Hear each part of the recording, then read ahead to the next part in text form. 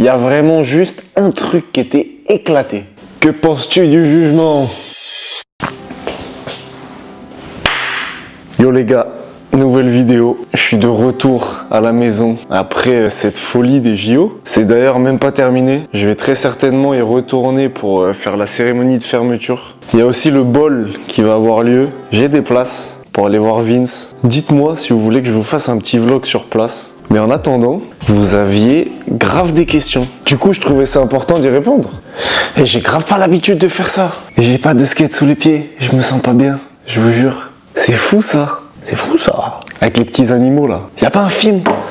Oh frère, je m'éparpille trop. La première question c'est, est-ce que je vais bien? Ouais, j'ai perdu. C'est chambé. Non, en vrai, ça va hein.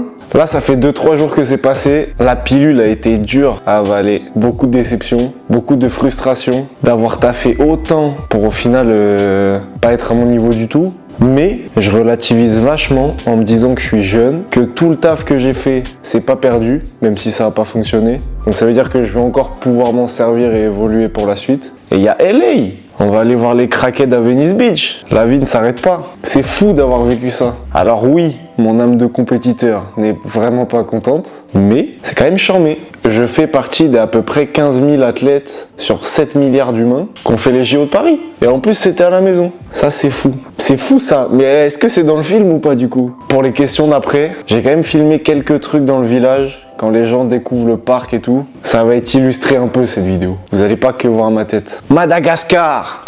Je savais ça existait. Comment était la qualité d'accueil? Ces JO devaient être un fiasco. Et ben je vous jure que j'ai été agréablement surpris de zinzin. Il y a vraiment juste un truc qui était éclaté. Déjà le bâtiment France, il était trop bien. On a salle de sport privée, des salles de kiné, des salles pour regarder toutes les épreuves avec des télés. Bien arrivé. Petite chambre. Petit lit en carton. Plein de cadeaux. Enfin c'est les tenues pour s'entraîner.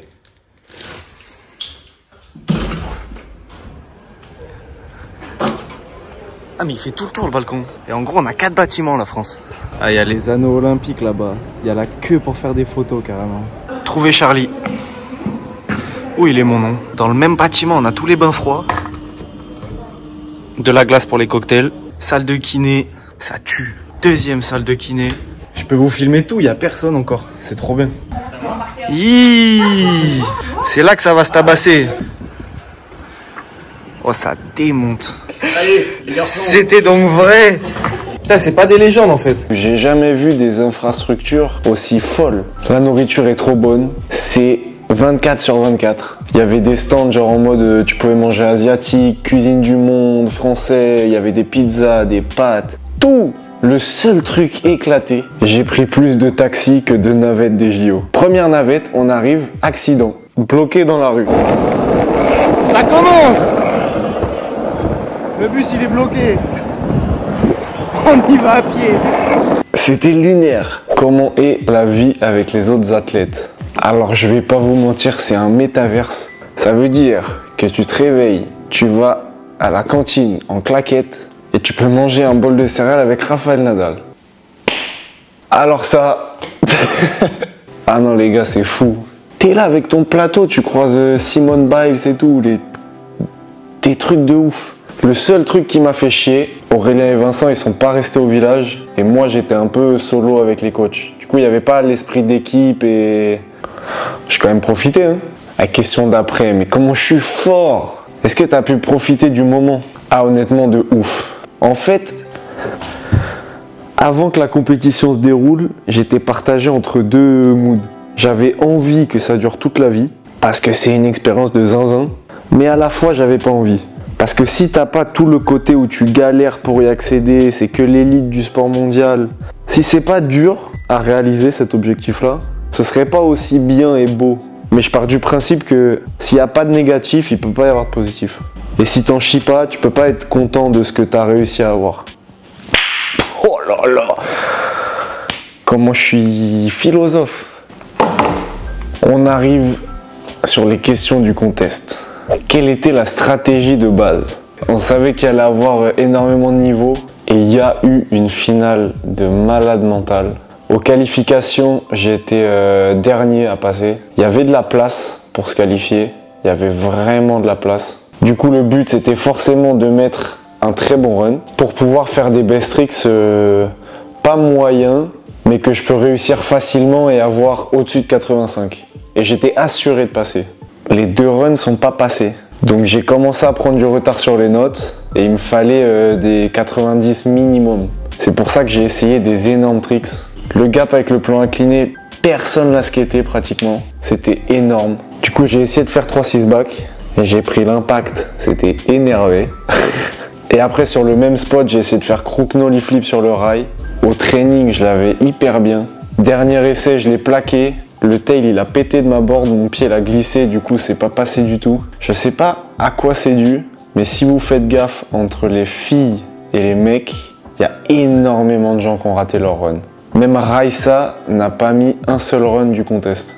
Au top de ce que je pouvais faire, mon meilleur run, j'ai eu 72 ou 73 sur 100, alors que j'ai raté le tray flip, donc j'ai pas pu enchaîner avec le flip frontboard. Et à la fin, le nollie flip, j'ai mis un peu la main dessus. Si j'avais fait tout ça parfait, honnêtement, j'avais minimum 90. Et après, en tricks, j'avais nollie flip sur l'énorme gap, crook nollie flip sur le rail du milieu, ça aurait été dans les 93. Et après, j'avais bigger spin flip, soit sur les marches, soit sur l'énorme gap. Ça dépend comment je me sentais. Et ça, c'était un 95, je pense. Même plus. Il y a beaucoup de gens qui m'ont demandé « Est-ce que tu te rends compte de comment tu as emmené le public ?» J'ai eu un soutien énorme, mais limite la plus grosse ambiance de tous les skateurs du contest pendant les qualifs. Genre c'était juste fou. Après on m'a demandé est-ce que ça m'a desservi. Honnêtement je pense pas. À moins que ce soit inconscient, mais moi ça m'a juste donné trop de force. Et ça me donnait envie de trop bien skater quoi, et de rendre fier les gens. Je sais pas comment vous remercier. Je sais même pas si vous vous rendez compte, mais quand vous nous encouragez comme ça, c'est un truc de zinzin. J'ai vraiment envie de me surpasser et de faire ce que je peux faire de mieux quoi. Donc franchement, 1000 merci pour ça. J'espère que ça va continuer, que c'est que le début de quelque chose et pas la fin parce que j'ai raté ces JO là quoi. Mais putain, merci. Incroyable. Que penses-tu du jugement? Je pense qu'il y a eu des trucs chelous, mais le classement de fin reflète le niveau de la finale. C'est-à-dire qu'il y a des petits détails, mais qui n'ont pas impacté le résultat de la compétition. Pour moi, par exemple, Naija qui fait nollie nose blunt, à la replaque, son pied touche, sa board se lève, il a eu 93,50 ou 94. Pour moi, c'est impossible. Tu peux pas avoir 90 si ton pied il touche par terre et que ta board elle se lève. Tu peux faire ce que tu veux, c'est pas possible pour moi. Après, il y a eu une petite embrouille pendant les qualifs où Richard Thury, il annule un score parce que le trick s'était pas calé, mais il l'a annulé trop tard parce qu'on a que 5 secondes pour le faire. Donc les juges lui ont mis la note, ça lui a permis d'avoir tous ses best tricks et il est passé devant Vincent. Et Vincent s'est retrouvé 9e en dehors de la finale. Mais franchement, je trouve que les juges ont un sale boulot. Faut mettre la note en 2 secondes. Toute la pression, tu te dis si tu fais une mauvaise manip, ça fout la merde sur toute une compétition et c'est les JO, t'as pas le droit à l'erreur. Ils ont vraiment pas un taf facile et je pense que honnêtement, le top 3, pour moi c'est comme ça que ça devait être. Et ensuite on arrive sur les dernières questions, hein. Le futur. Bien sûr que je vais essayer de me qualifier pour LA. Vous êtes des fous quoi. En mode moi, vous m'avez déjà vu abandonner. D'ailleurs les compétitions reprennent rapidement. Il va pas y avoir beaucoup de monde, mais à Rome en septembre il y a les championnats du monde World Skate qui reprennent. J'ai pas mal de projets aussi qui arrivent, des événements plus skate. Il y a le FIS en Chine qui fait son retour. Peut-être qu'à la fin du mois, il y a un projet sur lequel on travaille depuis 1 an maintenant, qui est peut-être une chaussure, qui va peut-être sortir, et c'est peut-être la meilleure chaussure que j'ai jamais skatée de ma vie. Voilà. Ça ne reste que des suppositions. J'espère que ça va pas me foutre dans la merde d'avoir dit ça.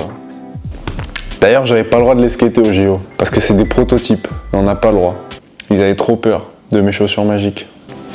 Pas grave. Je crois que j'ai tout répondu, hein. Petite vidéo à la cool comme ça, histoire de récupérer. Je vais pas vous la faire en mode youtubeur, il y a plein de trucs qui arrivent et tout, même si c'est le cas. Si vous avez d'autres questions, mettez-les en commentaire, j'essaierai d'y répondre. En tout cas, encore un énorme merci pour tout le soutien, c'est un truc de ouf. C'est aussi pour ça que j'aime le sport, hein. Il y a un petit côté bâtard, mais il y a un côté incroyable quand tu réussis. Et voilà, à la semaine prochaine.